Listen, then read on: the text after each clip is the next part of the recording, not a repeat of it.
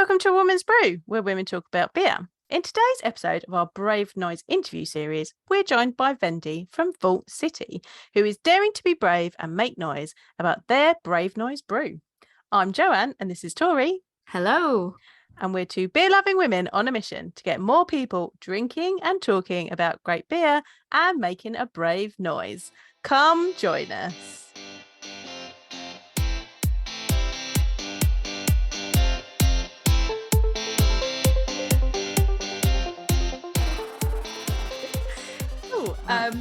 So with that, do you want to give us a quick introduction to who you are, what your role is, where you're from, all that for anyone that might not know, and if the title hasn't already given it away?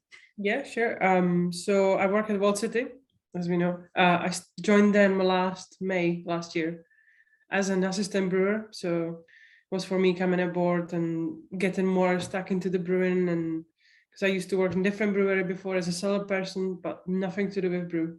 So joined Vault City, start brewing. A few months later, they figure out I'm better at planning, so they shift me into like production manager role, which I'm enjoying actually living more.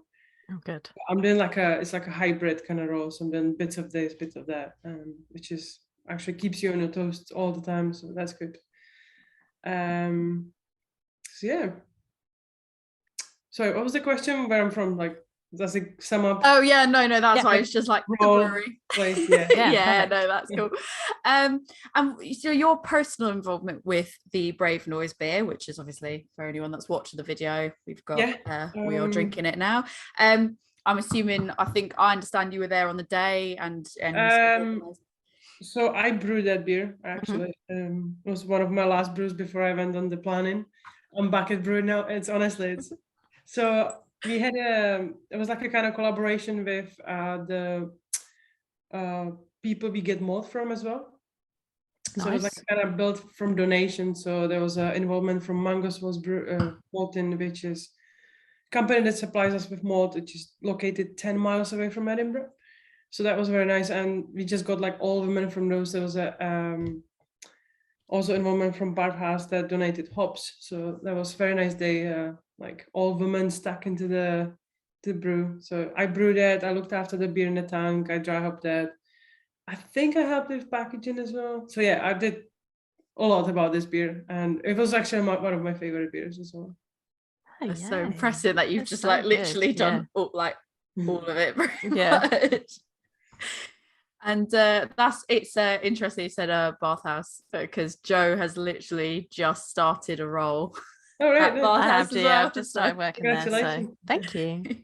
Yeah. We did it was nice because we asked them if they want to be involved, and everybody was like, yeah, let's do it. You know, this is amazing case, and people need to be aware of what's happening and stuff. So it was a brilliant day that all of us just you could see on our website on the blog there is a picture of all of us. So it was very nice. Oh, we'll add that into the show notes so that other people can read that then. That'd be good. I was gonna say, yeah. We will. And we did, it's like talking about your website as well.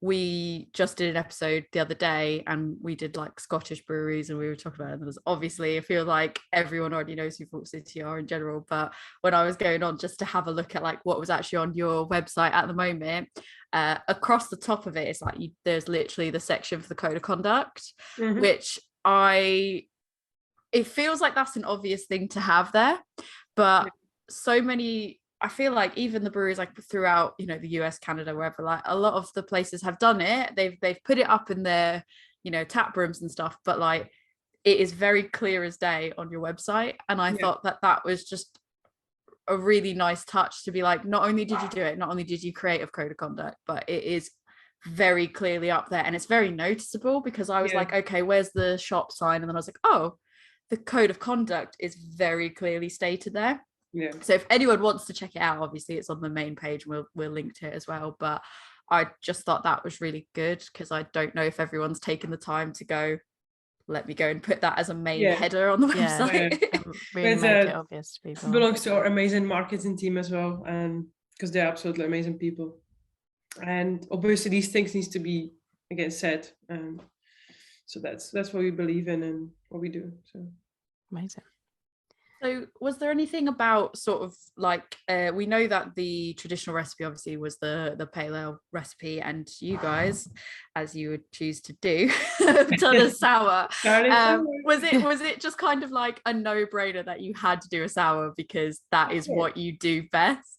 So I think it was our second or third go of sour pale ale, just like pale ale without like not much fruit. So there was like what was it, Mosaic Sabro, the original recipe, just a pale ale with dry hop, right? And when I heard Sabro, I was like, let's do pineapple. Let's just mix it up together. Let's do something, when you open it, it's just like gonna explode tropicals at you. So we kept our base beer as sour as it was, and we fruited with pineapple juice, so puree, pineapple puree. And then after secondary fermentation, we dry hop that with Mosaic and Sabro, all beer. Nice. And I think it worked absolutely perfectly. Like I like the ABVs; it's like very drinkable. It's not too sweet, too heavily fruited. Like whoever had our beers know that we can do sometimes very crazy stuff. So I found like this beer was like a middle way, and yeah, it's one of my favorites we've done so far. So hopefully we can rebrew that. As Tori said, we are drinking it right now, and it is absolutely gorgeous. Yeah, cheers, guys. I can smell like I'm getting the coconut from the Sabro dry hop on the nose, and then it's just like this lovely tart, super refreshing pineapple pale. It's gorgeous. As I say, I could definitely get the pineapple in it as well. And like, I don't know if Joe's left it in the recording or it's been taken out because we did it like just at the start of the recording, but I've had it before. I've had the Brave Noise from you guys before, and it is so beautiful. And yeah, you do taste all those flavors exactly as it is very sessionable. It's very sessionable. But I also like about this that I found with our beer, if you make like a sour pale or any dry hop, the hops are somehow preserved in the sour base. Like if you have regular IPA or something, New England IPA, you can taste the hops like fading away. Yeah. And I feel like this has been brewed in September and it still tastes amazing. Like the hops are still there, like matching the fruit. So yeah, 100%. It works perfectly in sour beer. Yeah, it's really good. I think it's also one of those what I think I always say when I recommend like sours to friends and people that aren't normally sour drinkers, is I do tend to say that you kind of have to try some of the Vault City like session sours and stuff, because it is that nice, there's that slight tartness to the session sours as well, where they're not I love sour, but some of my friends are like, oh, I don't know, I'm not sure, and I think they're the perfect sort of entry into sours because they're not too in your face sour, even though I know that you guys do some like amazing really tart stuff as well and amazing stouts and everything. And I feel like this beer, this Brave Noise beer, true to what it's trying to say about being inclusive and promoting equality, and I feel like I could easily give this one to someone as well that maybe is like, oh, I'm not sure about sours, like, here, try this, and they go, it's really fruity and it is really lovely, but it does still maintain that sharpness to the end of it that is just like, oh, I love it. It's really good. Well, like we are called that we make modern sour beers. This is exactly what it describes, the modern. That is not the funky lambic style. Everybody is like, when they had first sour, they're like, can't have that, or too sweet. So somewhere like between. I got lots of people into it. Like they're like, oh, I don't like sour beer. I'm like, just try, give it a go, go for it. Actually, I really like it. I'm like, and then they made free beers from me. So it's a real gateway beer. I think that's so perfect for Brave Noise as well, as it being a gateway beer. Was there anything in particular that was the catalyst for why you chose, you being the brewery, chose to partake in Brave Noise? Was there anything in particular? So I think we were one of the first one to sign up in UK. I'm not sure. I think it was either the first of us, or like we were first or one of the first ones. So it's obviously when you see social media, what's happening, and like this is this, and then I saw this happen in the US, like that there is this movement and we can do it and we can support it. So I suggested, and we like straight away jumped on it. It was also with collaboration with no collaboration. We cooperate on that project with Siobhan from Edinburgh, who's kind of brought it to us on the first hand. But yeah, we didn't decide a single minute that we would like, or hesitate that we would, didn't do it or anything.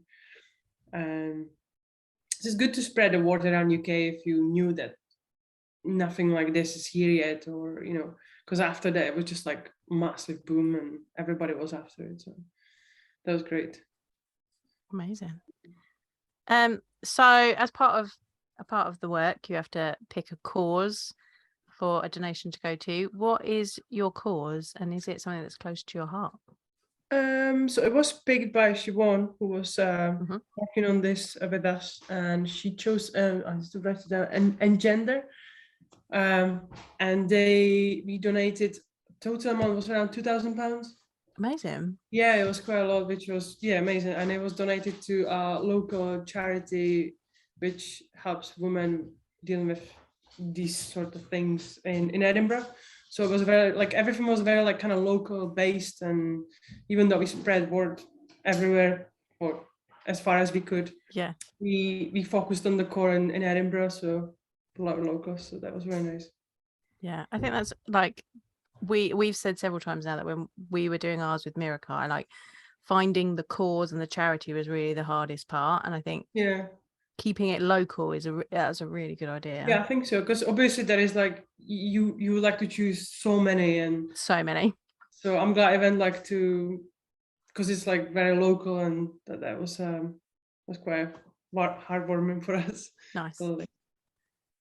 Yeah, it's also about finding that, as Joe said, we said it before, but it's also about finding the charity that is close to your heart, that can accept the donations as well, because there are so many charities that just they can't accept the donations from like a beer industry thing, and then it's a tricky one as well, I suppose. And then you go, this charity is really good, and then this one's really good, and then but is this, for us, we really wanted to find one that was going to be really good for when it came to like the beer community as well. So we were like, okay, well, this one's a really good charity, but is this, touched upon the right thing? So it is that difficult thing, like you said, you want to support all the charities, so it's trying to like find the one and narrow it down.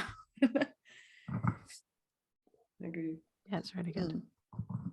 You mentioned a minute ago about hoping like to brew that again. Do you think that Vault City will sort of do a rebrew of the Brave Noise, like in terms of it being a Brave Noise, or just rebrewing the beer itself? See, I was thinking about it actually very recently. If you can do the whole thing again, like the whole donation to some charity, and because as you said like before, you want to keep the work going. I would hate if last year was all about this and nothing this year, or suddenly like, oh yeah, okay, we've done that, that's it. Because people, they still carry it with themselves, and they want to talk about it, and or they don't, and they need to talk about it. So I was thinking we should rebrew it again, not just because I love that beer.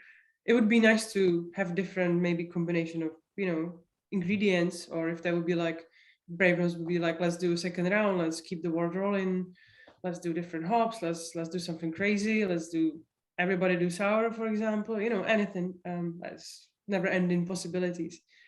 But yeah, I would love to do that again, and I'm sure that Vault City as a company, if I can speak on their behalf, would be like no hesitation whatsoever. So we spoke to Ash and Ren from the Brave Noise team at London Craft Beer Festival the other week, and they were saying that in the US, like they've had ciders have been done. Obviously, Lost and Ground have done their lager. Did they say there was kombucha as well? Yeah, they said there was a kombucha as well. So yeah, definitely. Like, if anybody's got ideas, there was like lots of home brewers involved as well. So that's amazing. Like if I was a home brewer, I've never done that. So yeah, I would do the same. Like, I mean, it's just an amazing movement. I absolutely love it. So. Yeah, we homebrewed it actually, and it was Tori had never homebrewed before. So I taught her how to homebrew while we made the Brave Noise beer. I think it was actually really well. Yeah, all right. It's that thing of like, you don't want to toot your own horn, but beep beep. Like when we got it, I was like, oh, I'm excited. I'm like, I want to try it. And then I was just kind of thinking like, I'm sure it will be good. Like, I'm sure it will be good. But let's see. But there was there's a few elements that I think we had to change because I I didn't quite some grains you didn't have quite enough of, and so I was like, oh, this will be interesting, let's see how it turns out. And it worked all right. And then I tasted it and I was like, I actually really like this. How did you enjoy the home brewing? Was it your first time? Yeah, so it was my first time doing it. And then Joe's got properly pots and pans. Just soup pots that I do on basic homebrew. Yeah, that's where everything starts, Yeah. And it was the sparging process that I was like, I made her do the hard bit, which is fine. I was totally about it. It was a good arm workout. I was like, this is great. And it's just when you're doing the sparging and then you look away for 1 second because you're like, oh, this is a lot. Look away. And then that's when something, I don't know, clogs and then it starts spilling over. And I'm like, oh, no. And then imagine that happens when you do 6,000 liters of right. this. And she was so funny because she was like, I don't want to lose any of it. I was like, you will make a mess and we will lose some. That's just how it is. She's like, no, I've got to be really careful and not lose any. I tried to be careful and I tried to go really slow, but because I was like, this is a really important beer and it's my first one. We have to do this. And I wanted to, and the problem is I'm a perfectionist as well. And I was like, I need to get everything out of this that I can possibly get. But I think by about probably about the third or fourth go round, I was like, oh, this is quite hard work actually. And I was like, this is just good enough, isn't it? And Joe's like, this is exactly why I said you're gonna lose some, it's gonna happen, just accept it. And I was like, oh, all right. But yeah, I mean, when we talked to the Brave Noise crew as well, I mean, they also kind of said that we did talk to them about various movements in general, and they were saying how people got together for All Together, and they got together for the Black is Beautiful brew, and now there's obviously the Brave Noise brew, and they were kind of alluding to the fact that they were like, it would be really good for people to continue to visit this again. To them, I felt again, I don't want to speak on their behalf, but people can listen to that on the episode because they do talk about it, and it is that thing of what you said of, we don't want it to get forgotten about. They didn't want to they don't want it to be something that's just happened this year and then people move on and they get over it. They want something that's going to be repeatable, that people are going to do again. So I think it's pretty spot on with what you said. So I think it would be pretty brilliant to I think it would make a big statement to see Vault City be not only did we do it once, we a year's gone by, we've done this about it, we've done that about it, we put our code of conduct up on the website, here's another one. And I feel like that is something that other breweries can look at and go and be like, this is what we're supposed to do. This is this is what's normal, and we're not forgetting about it, we're showing we're committed to it. I think that's just that is making a brave noise in itself, isn't it? Yeah, exactly what it says basically. Yeah. When you spoke to them, did they say that they're planning to roll another different theme or topic, or is it just breweries signing up again, or they didn't? I was gonna say, to be fair, I don't think we didn't really get a chance. Well, we didn't get a chance to delve that deep into it because we had a visitor pop up that kept coming in, and had very much enjoyed the festival, and very much very busy. One of the busiest in UK. Yeah, it was very busy, and someone had come in, they enjoyed themselves a lot, and then they thought they'd come and join us, and they enjoyed the conversation, which was really great. So we didn't get to delve too much deep because we were just trying to get everything out before we sort of lost the time to do it. But I think that's something that I mean, obviously I'd encourage anybody else that's listening that maybe has already brewed it, or someone that's thinking about brewing it, get in contact with them, because the vibe that we got from it very much was, they are open to having conversations. If you contact them, they'll have the conversation, because one of the questions we asked them as well was, with the deadline being December now, if somebody's not able to do that until February, that's the next time they can get a slot on the brew schedule. Is that something that you'd be happy for people to contact you about? And they pretty much were like, just what I got from them very much, and what I've got from other people that I've spoken to them as well, is very much get in contact with them if you have those questions. So I mean, I think that's definitely something, if you guys are interested in doing it again, I think that's I might get in touch and see. Obviously, same, our brew schedule is It's I long can imagine. till next year. I know you're killing my bank account. Can we do collab? Can we do that? I'm like, yeah, next year. But you know, this is something you would prioritize over some other stuff, like obviously, because it is more important than anything. So their contact I believe details. my colleagues would stand behind the same Amazing. opinion. So Their contact details are just on the website, so and they're very responsive. okay. So I'll I think that'd be really definitely good. look up. I think it's great as well. I think doing it a year on is actually it's kind of almost a more powerful message than doing it, a few months apart, because it's like, just want to remind you, a year ago this came out, here's everything we've done in a year, and we haven't forgot about it. We're still committed to it, and we're still doing it. So I feel like this is a message that I really hope that like this part of the conversation other people take away and are like, oh yeah, it could be as simple as no one else has thought to do that. Yeah, it's never crossed anyone's mind, and I hope that someone sits there and goes, I didn't realize that was an option. That could be an option. Let's look at doing that. Yeah, why not? Why can't you brew it every year? You know, it's like the Brave Noise, you need to like keep talking about it. So it's possible that brewery just did it and then like, oh yeah, we've done that. That's it. That's us. That's our part done. Exactly. Take the box. So it'll be good to get back to it. Yeah, no, definitely. Is there any particular changes that you personally would like to see at the moment within the brewing industry, or the the beverage industry as a whole, or is there any steps that that Vault City are taking to make positive changes in particular? So I think when I started, I was the only female in the brewery. I think it's 4 of us now within the brewery, in the warehouse, like doing that. So I just hope that women don't get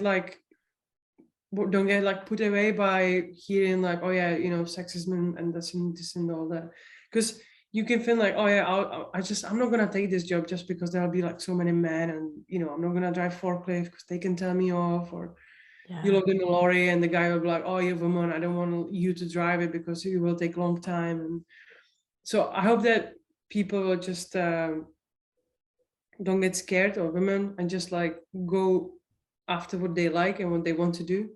Just follow their dream, don't get put away by hearing stories from there and there and just trying to stand up to this.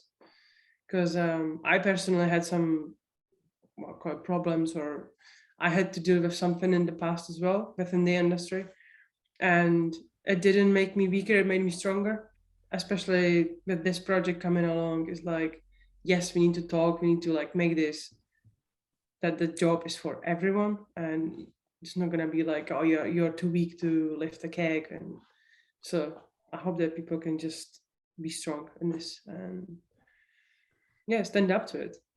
I totally agree. I think one of the things that I felt was I think we talked about it before, Joe, when we spoke to Mirakai after we've brewed that one. But so we went to Mirakai to go brew the Mirakai Brave Noise, and one thing that I thought was probably one of the best experiences that I've had, and we were very fortunate to be able to do a collaboration brew with a different brewery before as well. So good experience there as well, so not to take away from that. But what I felt was really, really great was Ollie from Mirakai. He was like, well, does anyone have any injuries or anything that I need to know about? And we were like, no, it's fine. He's like, okay, good, because you're going to be lifting bags today, that's going to happen. That's the job. He was like, I really want everyone to do it if you're capable of doing it. And I felt, for me, that meant a lot. The fact, I think sometimes people try to be helpful, and it's not trying to be condescending, and it's not there's no malicious intent all the time. Sometimes it's just a case of like, oh, let me just help you because I want you to have a really good time. I don't want you to, I don't want anything to take away from that. Let me help you lift this bag, or let me help you move this keg, or let me help you do these things that maybe you're capable of doing, even if it requires a little bit extra effort, but it's satisfying to do it yourself.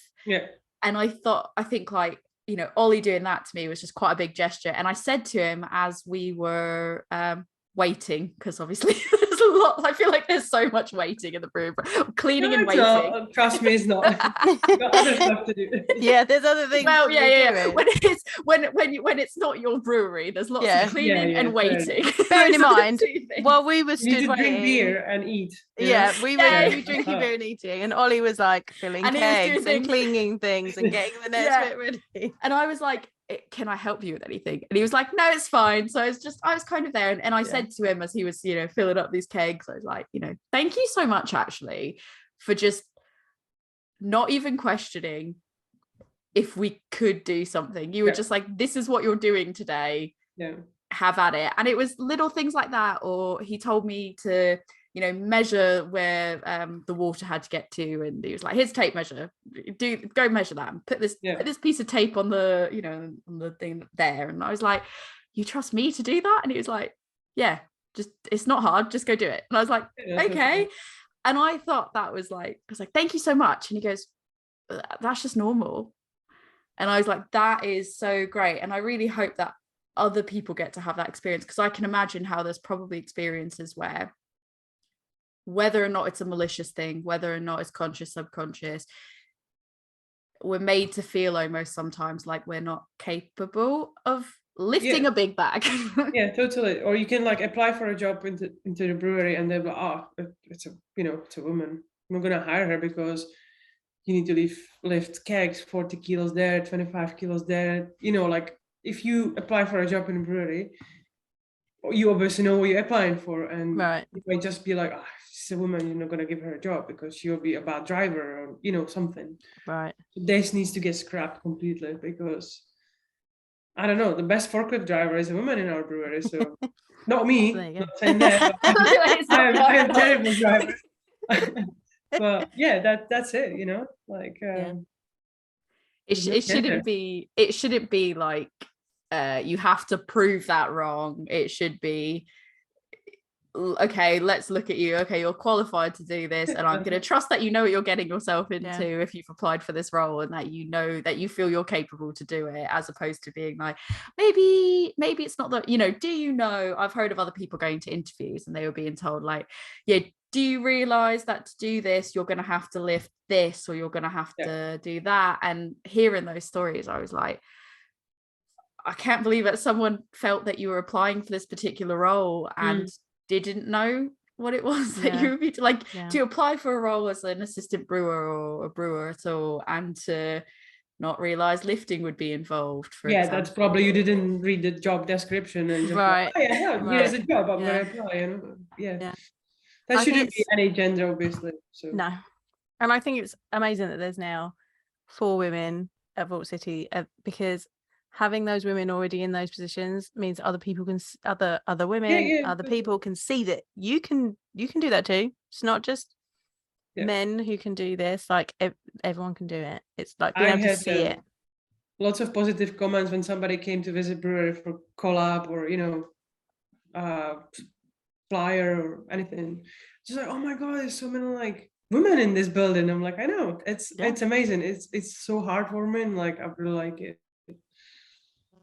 I love seeing the diversity, because I feel like, just like with any situation, whether it's like people of color or anything like that, like when you see somebody in that role, sometimes you think something's not possible for you, or it'll be hard until you see it. Yeah. And then when you see it, you're like, oh, it is possible. I can do it. Yeah, you lifted bag of malt at the Miracade, right? Yeah, see, you can do it for 11 easily. Yeah. I'm very stubborn, because then when we did International Women's Collaboration Brew Day, like all those times, they were like, oh, like, if it is hard, you can sort of like shovel things out if you want. But you don't have to. This is not an obligation. And I was like, give me a bag, I'm doing this. Like it was almost like a matter of principle after that I was like, now that I know and I've proven to myself that I can do it, this is the only way I'm doing it from now on. I'm picking up heavy bags and throwing it in there. So you get tired of it eventually, and you ask for help. Especially when you do like a big stout and your mash doubles. Oh, I know. You got like a couple tons to lift. You're like, guys, can you help me? So majority of the time should be fine. Yeah. Are there any messages that you would like to give to breweries who are thinking about this and haven't done it yet? Especially as, Vault City might do it twice now. What about these people that need to? Yeah, what about these people that haven't done it yet? What do they need to hear? I would say just don't wait for anything and get stuck into it, because people love the beer apparently, which is good, and that's not that right. It's about to share message about something very serious and important, and I hope that brewers don't take it like, oh yeah, we've done this, we look amazing for the market and all that. Just do it with heart and think of the others, and yeah, that's what I would say. That's so good. Yeah, I think that's a really good message, because I think that there is a very fine line between doing something because you're passionate about it and doing it because you feel like it's the performative thing that people want you to do. And I mean, if you're doing it, you're doing it regardless, and that's great. But I think it's really important, like you said, do it with heart. Totally. 100%. Like, don't do something you don't want to do, obviously, right? Yeah, I just hope that people or breweries wouldn't be doing it just to like, right, this is now popular, I'm gonna hop into it as well, and so I'm also very surprised how many breweries from the whole world being involved in Brave Noise. Like, it's amazing, because like obviously States, that's where everything started, and then UK it was just like few breweries, and suddenly it was like covered, because I saw the map and it was just so nice to see. So hopefully it'll be another comeback this year. I was gonna say, I mean, I definitely hope to see more in the UK, because it's like I just saw the stats the other day of how many breweries there are in the UK, and to see that there's only 10 at the moment that have signed up. I'm like, oh, come on, guys, like, because then, like you said, you look at the map of everywhere else, you see like the list of US by state, and it is just crazy. And to be fair, I think a lot of the people that we spoke to so far, some of them just didn't know about it. That's fair. Yeah, no, totally. And that's why part of the reason we wanted to make this series was like to talk to breweries like yourselves, to be like, cool, you've done it, hear about that, listen to the great things that they feel about this. And then if you can identify with someone, I mean, I don't think Vault City is by any means an unknown brewery. I think it's one of like the most consecutive, like, that's good, like one of the most like hotness every time. Not to I feel like I was like, oh, we finally get to talk to Vault City, this is really cool. And it's like, but we're only going to talk about Brave Noise. Like, I'm not going to divert and talk about anything else like this. I was like, it's very important. Really. I was like, it's very important, we're talking about Brave Noise. But it's like, we have one of the breweries that are like one of the hotness. Like, every release that comes out is just amazing. We had the carrot cake the other day. Wait for next week. I can't. I'm really trying not to spend money, and you guys just keep putting out these amazing beers. We had the carrot cake one that people can listen to on an episode, so good. and I took a sip of it. It's crazy. Yeah. And I was like, what is this? This is carrot cake. And I was like, this is actually carrot cake. And then I just kept taking a sip and going, I don't understand. How is it carrot cake? So I think it's when someone can look and see like this brewery that is one of the top UK breweries that is consecutively like putting out absolute bangers that people are ordering and looking forward to the releases every week, and you're so creative, and what you do is just you can tell there's a lot of like passion and creativity behind it, and hopefully some breweries can go, I want to be like them, or some people that may be newer into brewing are like, that's who I aspire to be like at some point, and they can listen to this and go, yeah, okay, like, good people have good values. I want to show my values as well, and they can get on the train as well, because 10, we just need more. We definitely that's definitely what we stand about, to have a good values, and obviously we treat employees the right way. More than that, like Steve, or co-founder Steve, started 4-day work week, which was absolutely brilliant. I'm not gonna lie. One of the only breweries in UK, because it's sometimes obviously doesn't work because the beer doesn't ask, like, are you taking 3 days off or what? So you have to pop like, in. oh, excuse me, can you come out now?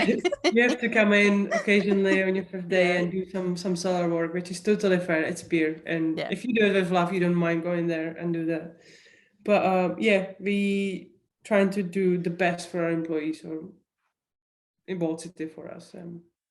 And that's the same as you say, like there is passion behind everything we do, if it's treating employees or customers, the way we created beers, like we all get together once in a quarter of a year and just throw ideas, and then boom, you've got carrot cake in a bottle, you know. It's just we do it with love, definitely. So I mean, I think you can taste the love in the Yeah. in the Taste Vault it. City You could taste the love, and you could Yeah. taste the carrot cake. Yeah. Like I mainly the carrot cake. I was in shock. I was like, this is magic, whatever you've done. And I just think like what you've done with the Yeah. the pale recipe as This is well, amazing. it fits the theme Yeah. of what the base recipe was, but it's so uniquely Vault City, Yeah, and yeah. it is so delicious. And like I said, I feel like, I mean, it's nearly gone. Like it's pretty much. Yeah, I I mean, really was trying to too. just I know, it sip, goes and I on was so like, quick. I cannot. Well, nice. It's for me. It's like a quality control. You know, after 9 months, Yeah. the beer still tastes amazing and Yeah. fresh. That's it. You've got to just Yeah. Good every so job. often just quality control it. Amazing.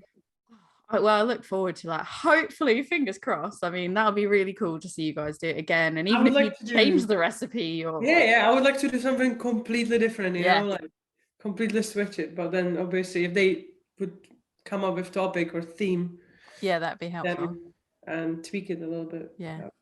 Totally. Yes. yeah, I mean, I Yeah. said to them as well, because about the creativity and about doing that, like, I mean, they, as Joe said, someone did a kombucha, someone did a cider, and I asked them the question of, if you know, I know someone that does hot sauce, and I was like, if someone wants to make they do beer hot sauce, and I was like, you know, if someone wanted to make a Brave Noise hot sauce, would you let them do it? And they were like, yes, like Cool, absolutely, that's like amazing. do. Can I please have everything. one? Yeah. I Yeah. absolutely love hot sauce. Yeah. Thank you. That's another one. If it's not by the time this comes out, if it's not even potential, I'm gonna like, Vault City want to do it. I was like, you can use the Sabro hops, like Yeah. it would be amazing. Just make an amazing fruity hot sauce with it. So I'm working on that. Fruity hot sauce is a quite strange thing. If it's not, we did collaboration with some guy, and it was like a blackberry black forest fruit, some sort of hot Oh, sauce. yeah. It was more like a for waffles or for, Yeah. like a breakfast thing.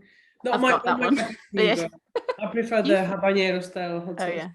You've got all the hot sauces. I've got, Tori. yeah, I get all the hot sauces basically. I had the Portobello Road one that Vault from City us, yeah, did, yeah. and I have the forest fruits as well, because I was like, Yeah. I'm getting the beer, I need to have the hot sauce as well. And I love it. I love the fruity ones as well, because I like the mix of the spicy with the fruity, and Yeah, I yeah. use hot sauce on so many different, I like tacos, pizza, chili, like so Everything, many basically. different ways to use Everything. hot sauce, and it's just about picking the right hot sauce. Yeah. So it's like a fruity one, like you said, the Black Forest one, that's definitely like a chicken and waffles. That was fun fact accompanied- because we obviously did this collaboration, and the hot sauce was made with I think it was 100 liters of that beer we did at the same time. Yeah. It was the breakfast stack waffles. Oh, yeah. So that was good that there was like a good amount of beer in there as well, because usually got like hot sauce the same theme or same fruit or Yeah. something. So I yeah. haven't actually opened that one yet, because I've just like, I've got so You're many hot saving it. sauces, and I'm like, I can't wait to try it. But if you're going to brew a second one, then you should get on that hot sauce collaboration. okay. Yeah. Yeah. Yeah. it On the out Brave more. Noise hot sauce. Yeah, cool. I think that's kind of everything. Joe, did you have any other questions? I think that's it. Oh, think we've thank done you all the questions. Yeah, thank you so much for your much. time. I know Oh you. no, that's totally fine. Guys. Anytime. Is there anything you want to plug? Tell everybody about? Well, about this topic, definitely just like, for women, if you want to enter the industry, then go for it. Just be brave, have some big noise. And yeah, that's pretty much it, I think. Amazing. Yeah. Amazing. Thank you so much for Thank coming you so on. This has much. been delightful. Good to chat to you guys. Seriously. We got Vault City on. And this beer is delicious. I know. It's So basically good. gone. is Yeah, basically. yours I is tried long. to I've save still a got little mine. bit for the outro. Got and a little I'm bit. like, I don't think I can do it. And if you're watching the video, the bottle has been inaugurated into my "These are the Brave Noise beers I've drunk" line. It's a gorgeous Like I bottle need as to do well. something. Yeah, it's a nice bottle. Yeah. It is lovely because it's again, I like that they've sort of done slightly their own thing with it. If you're watching the video, they've done slightly their own thing with it, where they still have like the same blue color palette in the same way, where like there's the lighter blue on the bottom, the dark blue on the top, and then they've got kind of like the stripes going around it, but then they have their, you know, Vault City logo on it, and it feels like it fits that It's a nice bottle one. they do It's a good one. so well. Yeah. But yeah, it was a good conversation, and I really, really hope that they do put out a second release of it next year. Crossing all the fingers. Yeah, crossing all the fingies, because I feel like that would send a really powerful message, because I mean, I wasn't just saying that for the sake of it. I do genuinely feel like Vault City are a powerhouse brewery in the UK, and they are a brewery that a lot of people respect. A lot of people, you know, fangirl over their releases, and like not like just us, but I think there's a lot of people, especially straight white men, who are like, yes, Vault City, like everything Vault City, especially when they do, you know, absolute like stonking like imperial stouts and stuff like that. And so I feel like a brewery like that has such a diverse audience of people that love it as well, top tier, would send such a message to be like, 1 year on, and guess what, we didn't forget, we're still doing it. So they're still making noise, which is so good to hear from a brewery that we really respect. So brilliant. I'm really pleased with this one. I know, like I said, I didn't want to drink it all. I had it the first time, and then I had just got it, and then my stupid dog went and knocked You're so it mean over. to Phelan. She didn't mean to. I feel like she did. She was like, "Mummy, you care way more about your beers than me." It's not No, true, I mean, but I that bet in might be her true. head she's like, those beers. Me, you're locking me out of the room. Guess what's happening? Boom. And then she just sort of like hit it with her tail, and it fell over in just the right way that it cracked the top. And I was like, no. But most of it was salvaged, so I got to drink it, and I was like, oh, it's really good.